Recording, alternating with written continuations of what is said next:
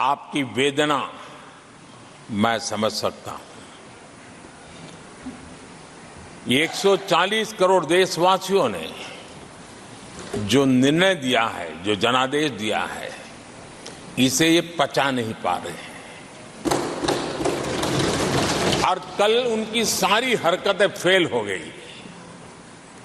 तो आज उनका वो लड़ाई लड़ने का भी हौसला नहीं था और इसलिए वो मैदान छोड़ करके भाग गए हैं। आदरणीय सभापति जी, मैं तो कर्तव्य से बंधा हुआ हूं और न ही मैं यहां कोई डिबेट पे स्कोर करने के लिए आया हूं। मैं तो देश का सेवक हूं, देशवासियों को मेरा हिसाब देना है, देश की जनता को मेरे पल पल का हिसाब देना, मैं उसे अपना कर्तव्य मानता हूं।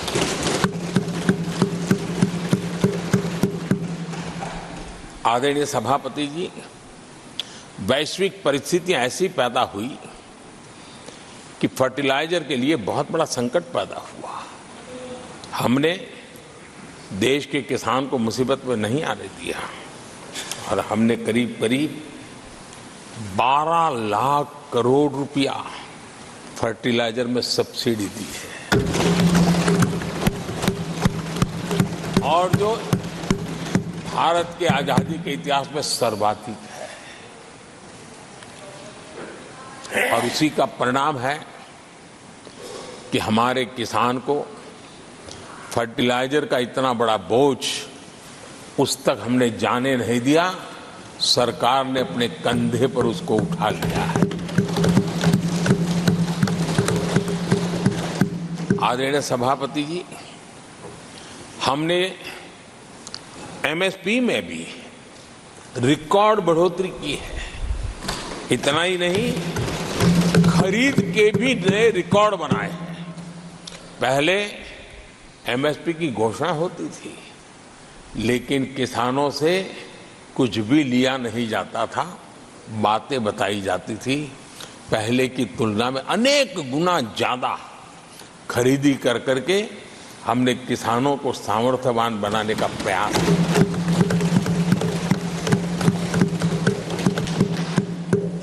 आदरणीय सभापति जी, 10 वर्षों में हमने कांग्रेस सरकार की तुलना में धान और गेहूं किसानों तक 2.5 गुना अधिक पैसा पहुंचाया और हम आने वाले 5 साल सिर्फ इसी का इंक्रीमेंटल वृद्धि करके रुकना नहीं चाहते।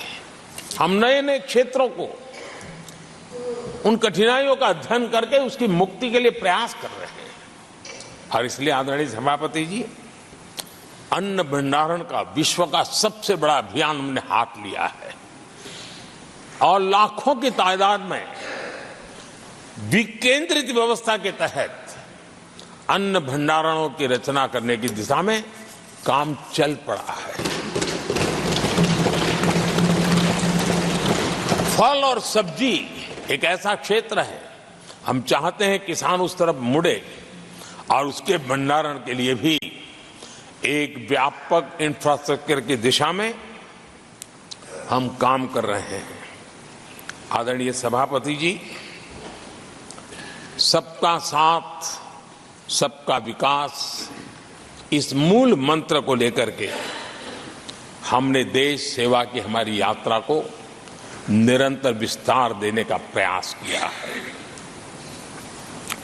देशवासियों को गरिमापूर्ण जीवन देना, ये हमारी प्राथमिकता रही है।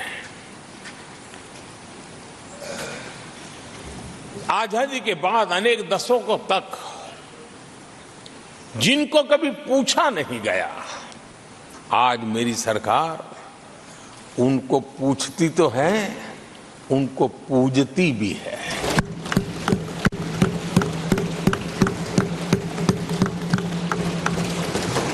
हमारे दिव्यांग भाई बहनों के साथ हमने मिशन मोड में उनकी कठिनाइयों को समझ करके माइक्रो लेवल पर उसको एड्रेस करने का प्रयास किया है और व्यवस्थाएं विकसित करने का प्रयास किया है ताकि वे गरिमापूर्ण जीवन जी सकें और कम से कम किसी का सहारा उनको लेना पड़े, इस दिशा में हमने काम किया है। आदरणीय सभापति जी, हमारे समाज में किसी न किसी कारणवश एक उपेक्षित वर्ग, यानी एक प्रकार से समाज में बार बार हरदूत होने वाला वर्ग, वो ट्रांसजेंडर वर्ग है। हमारी सरकार ने ट्रांसजेंडर साथियों के लिए कानून बनाने का काम किया है और जब पश्चिम की दुनिया के लोग ये सुनते हैं तो उनको भी गर्व होता है। जब भारत इतना प्रोग्रेसिव है, भारत की तरफ बड़े गर्व की नजर से देखा जाता है। हमने उनको मुख्य धारा में लाने का प्रयास शुरू किया है। आपने देखा होगा पद्मा अवार्ड में भी ट्रांसजेंडर को अवसर देने में हमारी सरकार आगे आई है। आदरणीय सभापति जी, हमारे गुमंत जनजातीय समुदाय, हमारे गुमंत साथी, हमारे बंजारा परिवार, उनके लिए एक अलग कल्याण बोर्ड बनाया है ताकि उनकी आवश्यकताओं को हम एड्रेस कर सकें और उनको भी एक स्थायी, सुरक्षित और संभावनाओं वाला जीवन प्राप्त हो, उस दिशा में हम काम कर रहे हैं। आदरणीय सभापति जी, हम एक शब्द लगातार सुनते आए हैं, पीबीटीजी, पीबीटीजी, पीबीटीजी। हमारे जनजातीय समूह में ये सबसे पीछे रहा हुआ और आजादी के इतने सालों के बाद भी जिन्होंने उनको निकट से देखा होगा, पता चलता है कि कैसी हालत में जीते हैं। उनकी तरफ किसी ने नहीं देखा। हमने एक विशेष व्यवस्था की है और पीएम जनमन योजना के तहत 24,000 करोड़ रुपए, ये समुदाय बिखरा हुआ है, छोटी संख्या में है, वोट की उनकी ताकत नहीं है और यहां देश की परंपरा है जिसकी वोट की ताकत है उसी की चिंता करना, लेकिन समाज के ऐसे अति पिछड़े लोगों की कोई चिंता नहीं करता था। हमने वो चिंता की है क्योंकि हम वोट की राजनीति नहीं करते, हम विकास की राजनीति करते हैं। आदरणीय सभापति जी, हमारे देश में पारंपरिक पारिवारिक कौशल्य भारत की विकास यात्रा का और व्यवस्था का एक अंग रहा है। जो हमारा विश्वकर्मा समूह है, जिनके पास परंपरागत से हुनर है और जो समाज की आवश्यकताओं को पूरी करता है, लेकिन उनको कभी एड्रेस नहीं किया गया। हमने करीब करीब 13,000 करोड़ रुपए की योजना से विश्वकर्मा समुदाय को आधुनिकता की तरफ ले जाना, उनके अंदर प्रोफेशनलिज्म आई। आदरणीय सभापति जी, गरीबों के नाम पर बैंकों का राष्ट्रीयकरण तो कर दिया गया था, लेकिन मेरे रेहड़ी पटरी वालों को कभी बैंक के दरवाजे तक देखने की हिम्मत नहीं होती थी, हालत थी। पहली बार देश में पीएम स्वनिधि योजना के तहत रेहड़ी पटरी वालों की चिंता की गई है और आज वो ब्याज के कुचक्र से बाहर आकर के अपने परिश्रम से और ईमानदारी से जो रेहड़ी पटरी वालों को बैंकों से लोन मिले हैं, वे लगातार, बैंक वाले भी खुश हैं, लेने वाले भी खुश हैं और जो कल फुटपाथ पर रेहड़ी बैठता था, आज एक छोटी दुकान दिशा में बनाने की दिशा में आगे बढ़ रहा है। जो पहले खुद मजदूरी करता था, आज एक आध दो को रोजगार देने की दिशा में काम कर रहा है।